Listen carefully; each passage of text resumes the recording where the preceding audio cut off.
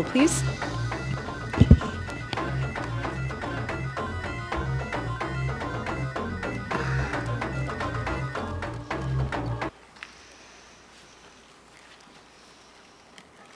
Sorry about that. I was multitasking and trying to get the correct time that the meeting was called to order. So we've got that part done.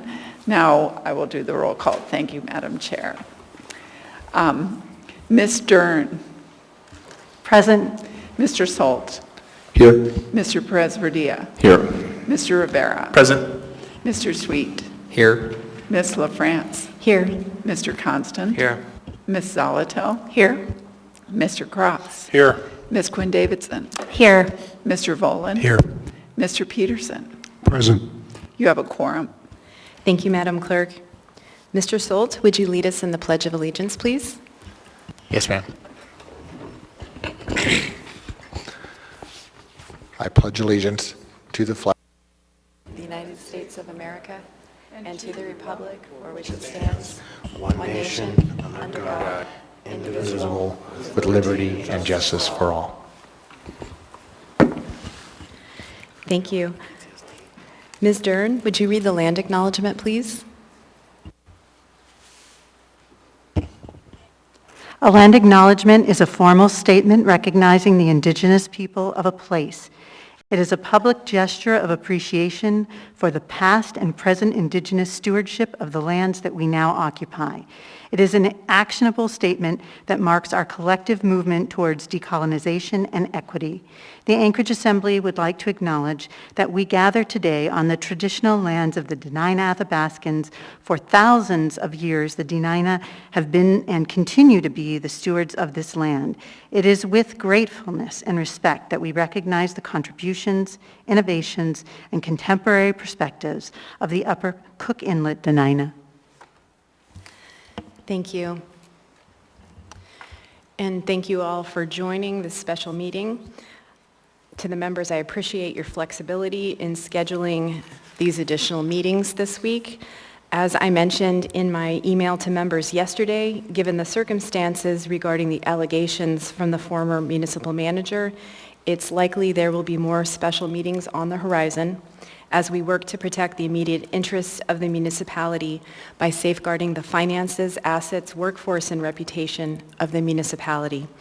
I want to stress that Assembly leadership is committed to maintaining the focus on good governance and ensuring that critical municipal services continue. We have 2 items on our agenda today.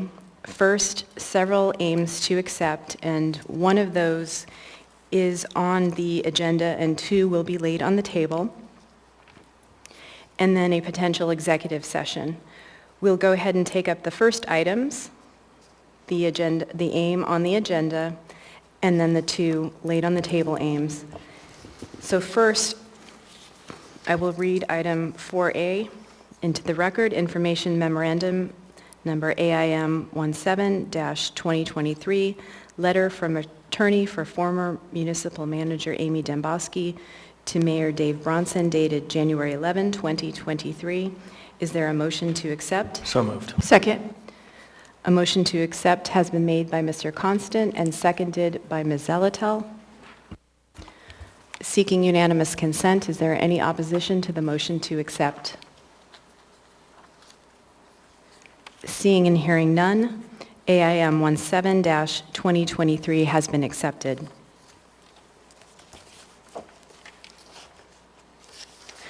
Next, we will take up the laid on the table items. Because these 2 aims are not supplemental to any other item on the agenda, we will need to vote to lay each item on the table. And then I will ask, following that vote, if the vote is affirmative to lay it on the table for a motion to accept.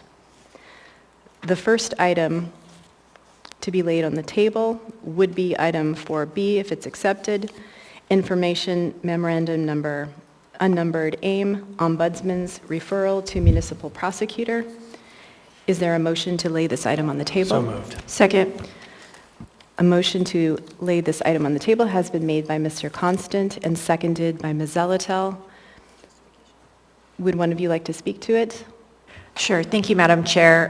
This item is timely to be laid on the table in that the date from the office of the memorandum from the Office of the Ombudsman was on January 19, 2023. Thank you, Ms. Zalatel. Seeing no members in the queue, members may proceed. Okay. We just need to wait a moment for the system. As soon as it comes up, members may proceed to vote on the motion to lay the unnumbered AIM, the Ombudsman's referral to municipal prosecutor, on the table.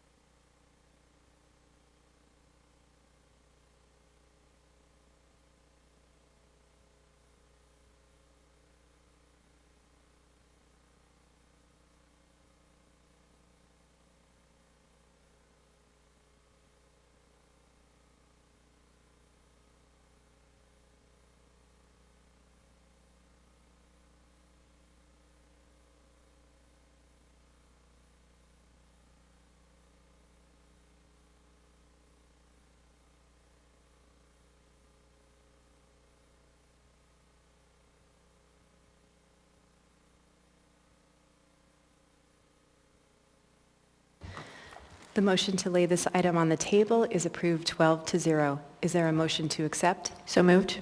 Second. A motion to accept has been made by Ms. Zalatel and seconded by Mr. Constant. Seeking unanimous consent. Seeing and hearing no opposition, the unnumbered AIM, Ombudsman's referral to municipal prosecutor, has been accepted. The next laid on the table item, if it is laid on the table, would be item 4C, Information Memorandum Unnumbered AIM, Notice of Assembly Meeting and Potential Executive Session to consider matters with which you may have potential conflicts of interest. Assembly Chair LaFrance, is there a motion to lay this item on the table? So moved. Second.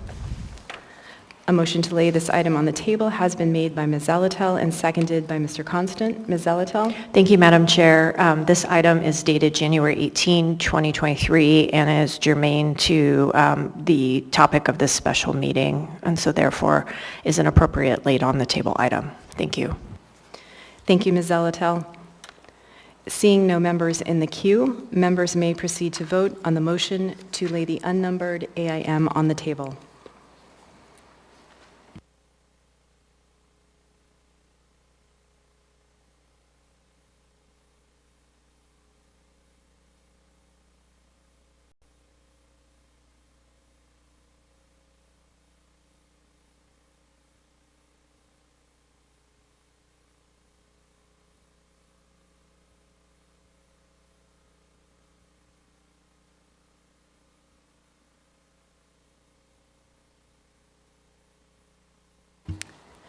The motion to accept the to lay the unnumbered AIM on the table is approved 12-0. Is there a motion to accept item 4C? Second. A motion to accept has been made by Ms. Zalatel and seconded by Mr. Constant. Seeing no members in the queue, seeking unanimous consent on the motion to accept. Seeing and hearing no opposition, item 4C has been accepted.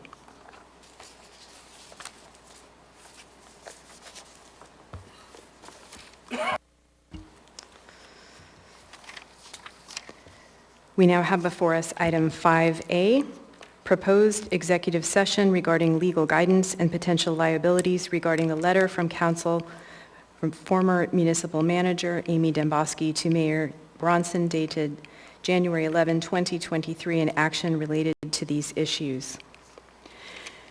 Before we hear from Assembly Council on the reasons for moving into executive session, I want to note that we also have another special meeting scheduled for tomorrow, Friday, January 20, at 3 p.m., room 155 of City Hall, following our Friday work sessions. At last week's Rules Committee meeting, there was a request to keep members informed on this topic, and Assembly leadership is taking this request very seriously.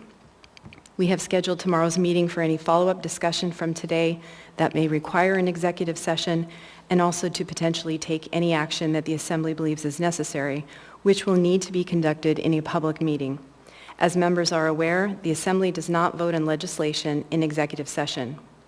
The letter that was just accepted as an AIM contains very serious allegations that raise questions about the liability of the municipality, as well as possible negative outcomes for the municipality. Assembly members need to understand what actions we can take to protect and safeguard the municipality's interests. We are also concerned about information that may have a chilling effect on others coming forward about these and other concerns. We have asked council for guidance as the body navigates these allegations. When Ms. Demboski released a statement last month with allegations of mismanagement of municipal resources, Assembly leadership took initial steps to protect those resources. We are currently seeking an RFP for a contractor to review MOA processes to make sure the MOA is following the laws prohibiting discrimination and harassment. We are doing the same for Title VII, which governs purchasing. The intent is to get direction on ways to strengthen the code.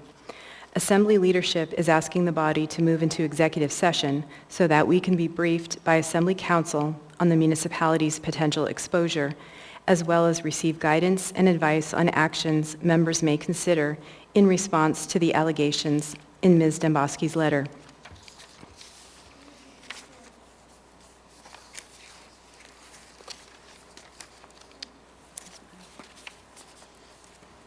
Where did my script go?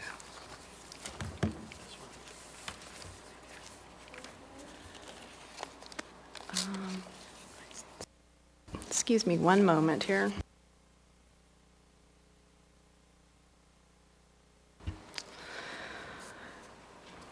Mr. Gates, an executive session has been requested by the Assembly. Would you, as Assembly Counsel, please lay the foundation to support a potential motion to move into executive session? Yes, thank you, Madam Chair. As Chair LaFrance recently spoke, she mentioned some of the factual bases for the foundation for such a motion. I'm going to, though, now talk about our legal foundations. Pursuant to our Anchorage Municipal Code, the Assembly can meet and recess to meet in executive session to discuss certain things, and among those in our section AMC 23036A. Please let me know if I need to speak up or anything. Thank you. Anchorage Municipal Code Section 23036A.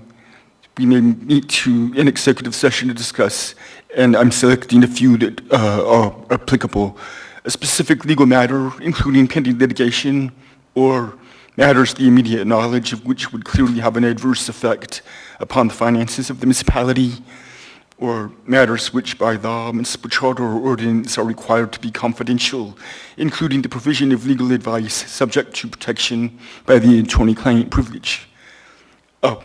Those are our legal foundations for recessing to executive session. We also have a set of rules governing when we meet in executive session, and I'm going to call out a few of those before we call for a motion to do so. First, all information shared and gleaned in the executive session is confidential. No official action may be taken in executive sessions except to give direction to an attorney or labor negotiator regarding a specific legal matter, and that's in Anchorage Municipal Code 23036C2. The executive sessions shall be taped. Tapes will be available to members of the body and authorized staff only, and may be discussed only in further executive sessions. The tapes become public at a date specified by the Assembly or set out in code. At the conclusion of the executive session, any discussion which occurs at this executive session should only be discussed by this body in future executive sessions. Any member who needs to leave during an executive session may leave, but may only be updated on the discussions that were missed after his or her departure in subsequent executive session or via a review of the tapes of the session. Special invitees, employees, and staff members that the body, the chair may rule and the body vote, if objected, determines are necessary to the conversation may remain in the meeting for the executive session. There are a number of other rules that I could continue to mention now or mention after the body convenes an executive session.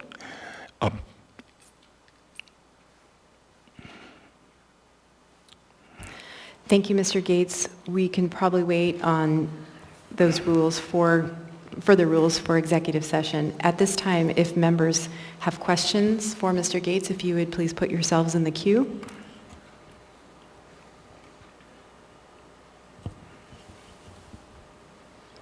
Mr. Solt? Thank you, Madam Chair. Mr. Gates, you mentioned that we could not talk about, I guess, subjects or discussions. Is that pertinent to the facts and details or the discussion in general? Thank you, Mr. Solti. Well, as is apparent and obvious, some things that we'll talk about in executive session are already public, such as the letter attached to an AIM. So, of course, you may talk about that letter publicly. But our conversations in executive session about it and the legal guidance provided and the questions asked there are what you cannot discuss publicly. Thank you, Mr. Solt. Thank you, Mr. Gates. Do members have sufficient information, or does anyone else have a question? If so, please put yourselves in the queue. Okay, I don't see anyone else. Thank you, Mr. Gates. Today, the Assembly leadership seeks to have the full body meet in executive session to discuss legal guidance and potential liabilities regarding the letter from Council for former Municipal Manager Amy Demboski to Mayor Bronson dated January 11, 2023, and potential Assembly action related to these issues. Is there a motion to move into executive session to discuss these matters? So moved. Second. The motion has been made by Mr. Constant and seconded by Ms. Zalatel. Is there any discussion? Seeing none, members may proceed to vote on the motion to move into executive session.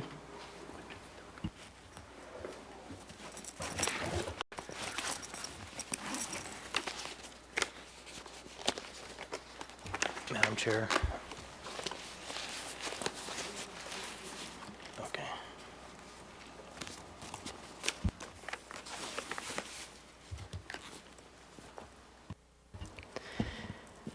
The motion to move into executive session is approved 11-1.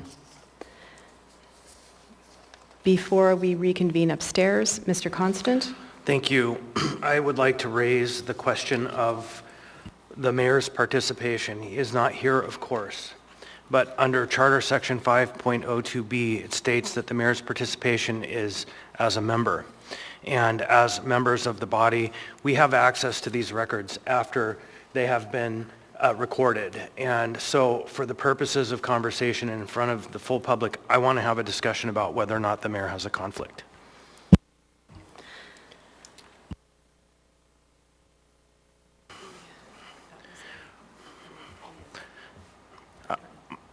My motion, I don't know exactly what it would be, is to find that the mayor has a conflict.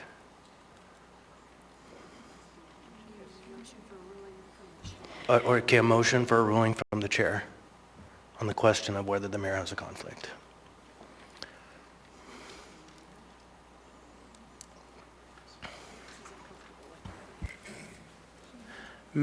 Madam Chair, if I may. Go ahead, Mr. Rivera. Thank you. So I think probably the cleanest way to do this would be for the chair to simply make a ruling. Now, it's a little difficult because usually you would go through questions, but if there is an easy way for you, Madam Chair, to make the ruling, and then if any member wants to object, then that is their prerogative. I think that might be the most appropriate fashion to move forward.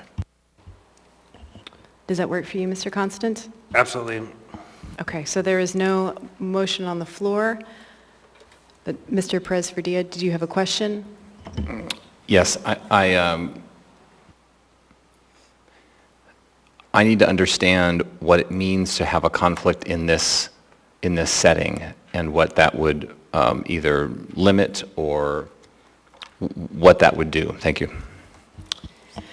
Thank you, Mr. Perez-Verdia. So normally we don't have discussion until we have a motion on the floor. And the issue is that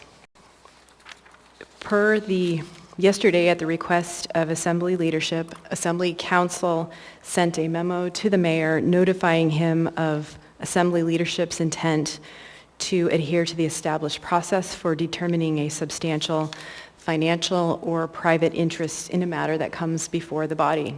This is as per AMC 1.15.060F.2, which was one of the laid on the table items, the letter. Under the charter, the mayor may participate in assembly meetings like a member except for voting. And it is the intent of leadership to treat the mayor as any other member and ask the mayor the questions or factors which help determine if a member or person on the body has a substantial interest in a matter, the yellow questions as we refer to them as. The memo that was sent yesterday and was laid on the table for your information today was intended to provide the mayor time to seek a predetermination from the municipal ethics officer or board of ethics, given the mayor has an apparent substantial interest in the matters to be discussed today. It was my intent to ask the body to vote to determine, based on the conversation I thought we might have with the mayor, going through the questions, to determine if the mayor has a substantial conflict of interest. And it would be my ruling as chair that yes, the mayor has a substantial conflict of interest in this matter, and like any assembly member, is not able to participate in the executive session. So at this point,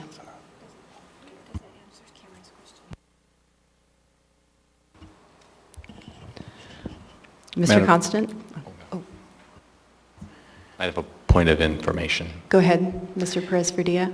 Not participating process-wise also includes not access to the tapes afterwards, correct? That is correct. Thank you, Madam Chair. Okay, the queue is lighting up, so Madam Chair. we'll go through it. Mr. Constant? Thank you. For the purposes of the good of the order, I intend to object to the ruling of the chair, not because I object to the ruling of the chair, but because I want a recorded vote. So I object to the ruling of the chair. Second. Mr. Constant has objected to the ruling of the chair. It has been seconded by Ms. Zalatel. So on this vote, I urge a no vote, and now we have a motion properly on the floor and can discuss the question. I would ask the chair to ask the mayor the questions that we have.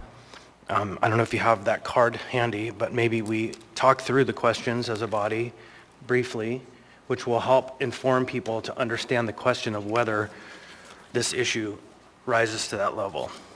So, thank you. Thank you, Mr. Constant. Before we go through the questions, I'll continue through the queue. Mr. Rivera?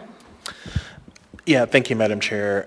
So I think I want to make a distinction about the other part of this question, which is whether the mayor would have access to the tapes. I do not feel very confident that simply the mayor having a conflict would preclude him from having access to the tapes.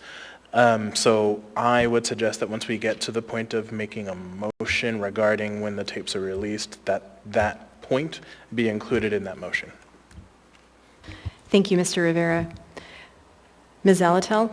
Thank you, Madam Chair, and I appreciate that we're going to go through the questions, but I think it needs to be pointed out and predicated on the fact that when someone's an assembly member or the mayor's acting as an assembly member, there's a duty to disclose. And here he's not here available to disclose whatever his interest may be. So I think we need such a disclosure in his absence to rely on facts that are in the public or allegations that are in the public based on public information and the information we're going to take up. And I think for these purposes, that is really tied to what we're going to discuss in executive session, which is item 4A in that AIM, and that would be what I would hope those questions would focus on. Thank you.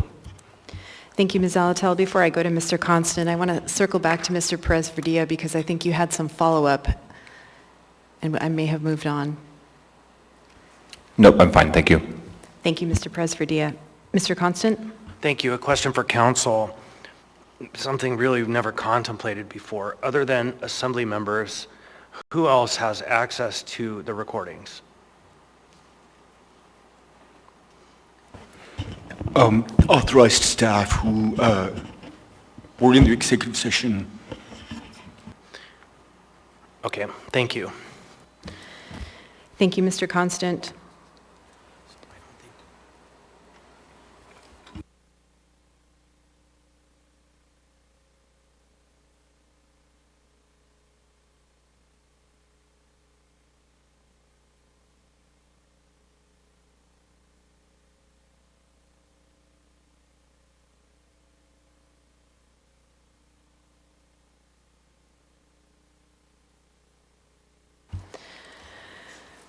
So based on item 4A, I will go through the questions that we use to determine if a member, in this case the mayor, has a substantial financial or private interest in the matter before the assembly, and again specifically the letter from the former municipal manager. Is the financial or private interest a substantial part of the matter under consideration? And I'm not going to answer these because these would be answered by the mayor. I will just go through them. Does the financial or private interest vary directly and substantially with the outcome of the official action? Is the financial or private interest immediate and known or conjectural and dependent on factors beyond the official action? Is the financial or private interest significant monetarily? Is the financial or private interest a type which is generally possessed by the public or a large class of persons to which the elected official or household member belongs? And are there any other factors that would be deemed appropriate by the chair under the specifics of the disclosure and the nature of the action? And then at this point, I would ask if members have any questions for the individual. And since we do have a motion on the floor, Mr. Constant, go ahead. Thank you. Just in closing, I would say that the motion was to override the ruling of the chair. The chair's ruling was that the mayor has a conflict. I would urge the members to vote no. Thank you, Mr. Constant. Madam Chair, point of information, I guess, as to this point of information, what does, in this case, what does a no vote mean? It upholds the ruling of the chair, a no vote. Thank you, Madam Chair.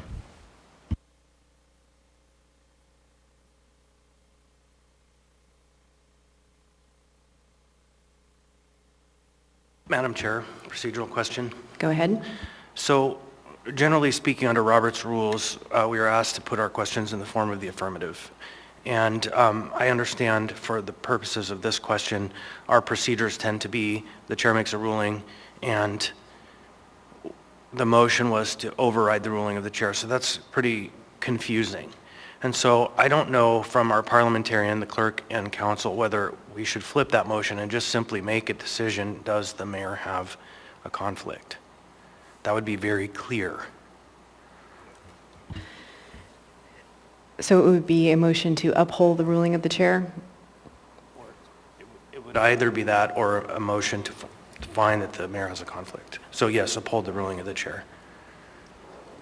I don't know. That's why I request to the parliamentarians among us council and the clerk, what's the best way to frame this question to make it a simple, clear, and concise vote? Thank you, Mr. Constant. Mr. Gates? Thank you, Madam Chair. I think the code language itself may be instructive in section 11560 F2C, F2B. It says if the presiding officer exercises parliamentary authority by making an initial ruling on disclosure of financial private interest, the decision of the presiding officer may be overridden by the majority vote of the body. And with that language, I think a motion to override the ruling of the chair, yes, would be an override. I think that sounds appropriate, and that's an affirmative worded motion. Thank you, Mr. Gates. We will stick with the original motion. So members may proceed to vote on the motion to override the ruling of the chair.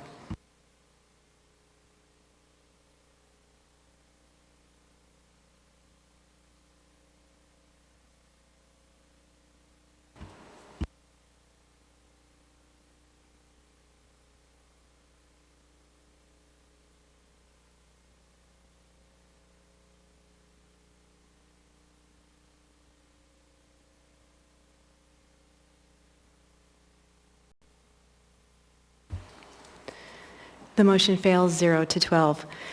At this time, I would ask for a motion for the body to vote on that the mayor has a conflict.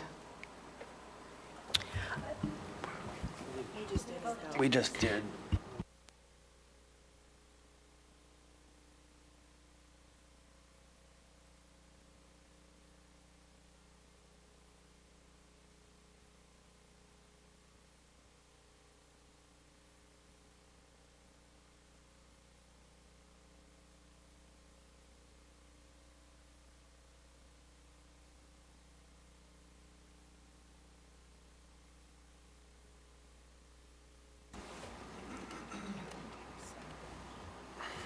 And actually, I would ask that the motion be that the mayor has a conflict, may not participate, and may not have access to the tape, the recording. So moved. Second. Moved by Mr. Constant, seconded by Ms. Zalatel. Mr. Constant? Thank you. As the chair just reminded us, we fulfilled the code with our motion to override, and now there's no prohibition on taking this vote directly, which is a very clear communication, and it effectively takes the chair out of the unitary position of having made the declaration that the mayor has a conflict, and instead becomes a shared burden of us all. So. Thank you, Mr. Constant. Mr. Schultz? Just a point of clarification. As far as access to the tapes, that's access, no access until they're made public. Correct. Correct. Should they be made public, then they would be available to any member of the public. Thank you. Thank you. Mr. Rivera? Thank you, Madam Chair. So I will vote in favor of this motion, but I just want to make sure and put on the record that we do not diminish the power of the chair to actually do this. So the chair has the full authority and ability to make this ruling, and even though we are doing this additional step, it does not diminish the power of the chair to do so in the future. Thanks.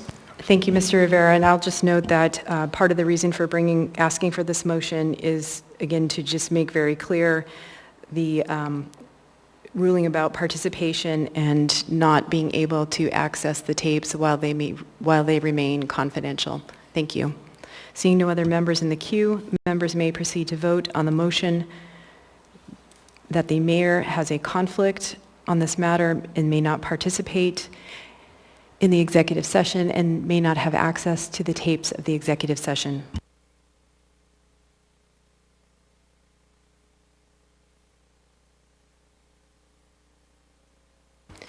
The motion is approved 12-0. As the body has already voted to move into executive session, we will now leave the chambers and reconvene upstairs to go into executive session.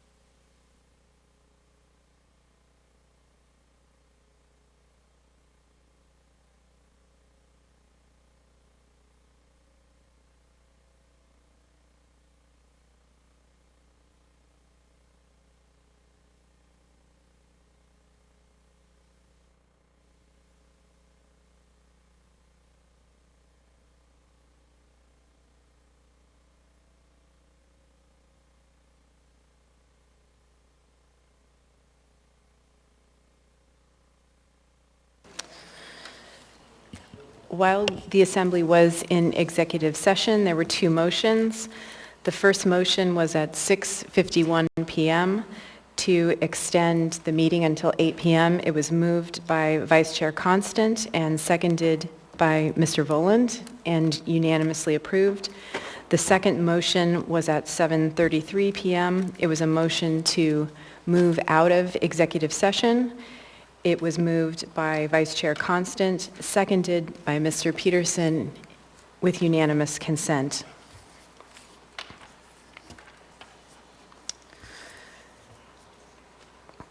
Ms. Zalato, do you have a motion regarding when to disclose the recording of the executive session? Yes, Madam Chair. I make a motion to keep the tapes from executive session confidential until all potential claims that could arise from the topic of the executive session, until such time as to bring any claims arriving from the topic of the executive session would expire. Second. And one moment while we get that on the screen. And that was moved by Ms. Zalatel and seconded by Mr. Constant.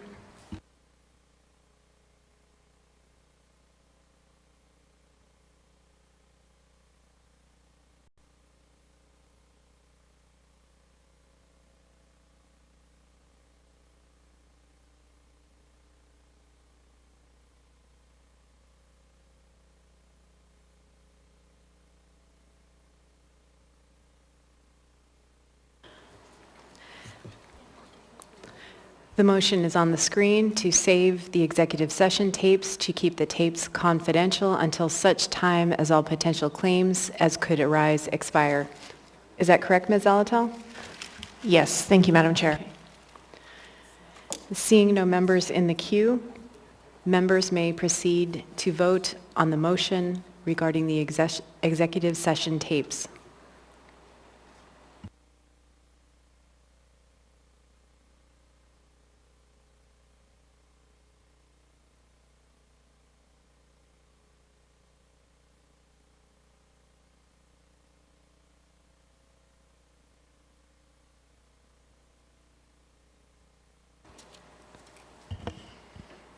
Ms. Quinn Davidson?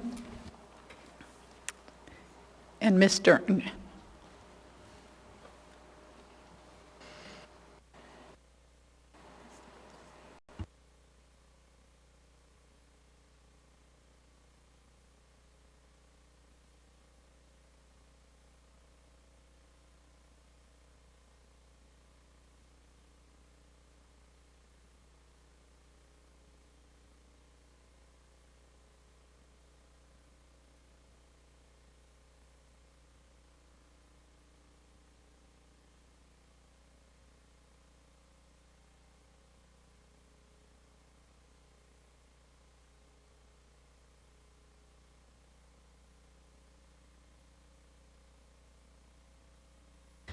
The motion is approved, 11-0.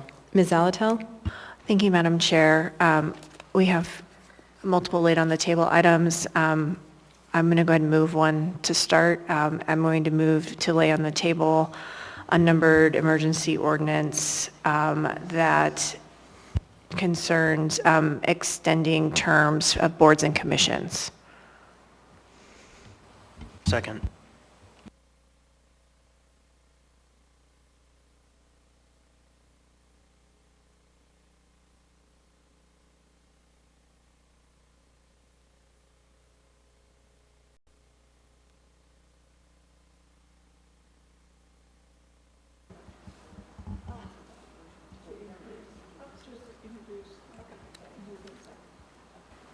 Right. Sorry, my motion should have been a motion to introduce.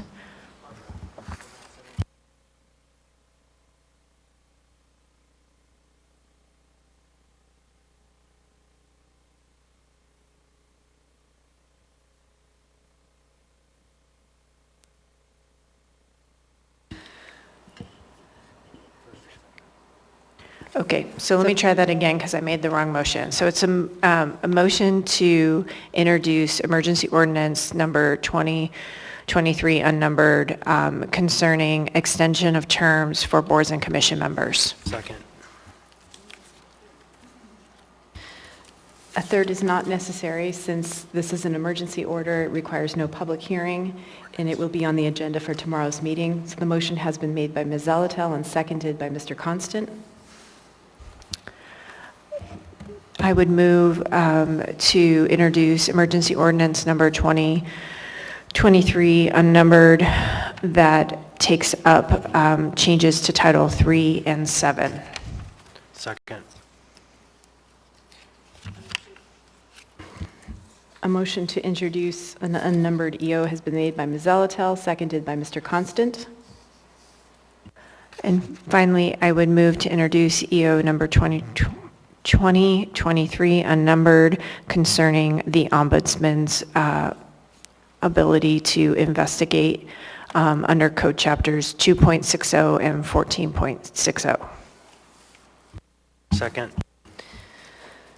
Move to introduce an unnumbered EO has been made by Ms. Zalatel and seconded by Mr. Constant. All three of these items will be on the special meeting agenda for tomorrow. That brings us to audience participation. Are there any members of the public who would like to participate? If so, please come forward and you'll have 3 minutes. I don't see anyone, so we will move on to assembly comments, starting with Mr. Peterson. Thank you, Madam Chair. No comment. Thank you, Mr. Peterson. Mr. Voland? Thank you, Madam Chair. It's been a long day, but I think a very productive day, and I have enjoyed spending a lot of this time with you all today. Thank you, Mr. Voland. Ms. Quinn Davidson? No comments. Thank you, Ms. Quinn Davidson. Mr. Cross? No comment, Madam Chair. Thank you, Mr. Cross. Ms. Zalatel? Thank you, Madam Chair. I just want to say that I look forward to the special meeting tomorrow and taking up the items that were introduced tonight and having more discussion both with members and the public about what we're doing to ensure the municipality's interests in challenging times. Thank you. Thank you, Ms. Zalatel. Mr. Constant? 8 o'clock was a ceiling and not a target. Oh, Madam Chair, just a quick point of information. I'm sorry. Sure. It occurs to me that Mr. Perez Verdilla isn't here, and we just got these paper copies. Are they being emailing? Okay, thank you. Thank you, Ms. Quinn Davidson. Mr. Sweet? No comments, thank you. Thank you, Mr. Sweet. Mr. Rivera? Thank you, Madam Chair. No comment. Thank you, Mr. Rivera. Mr. Stolt? No comment, Madam Chair. Thank you, Mr. Stolt. Ms. Dern? Thank you, Madam Chair and everybody. It's been a very informative first night, and I appreciate the opportunity to serve. Thank you. Thank you, Ms. Dern. Thank you to the members for your work today and to everyone on the legislative staff team. And I just want to end by saying that Assembly leadership is focused on maintaining the focus on good governance and ensuring that critical municipal services continue, and I am confident that my colleagues on the body also share that focus and that prioritization. That brings us to adjournment.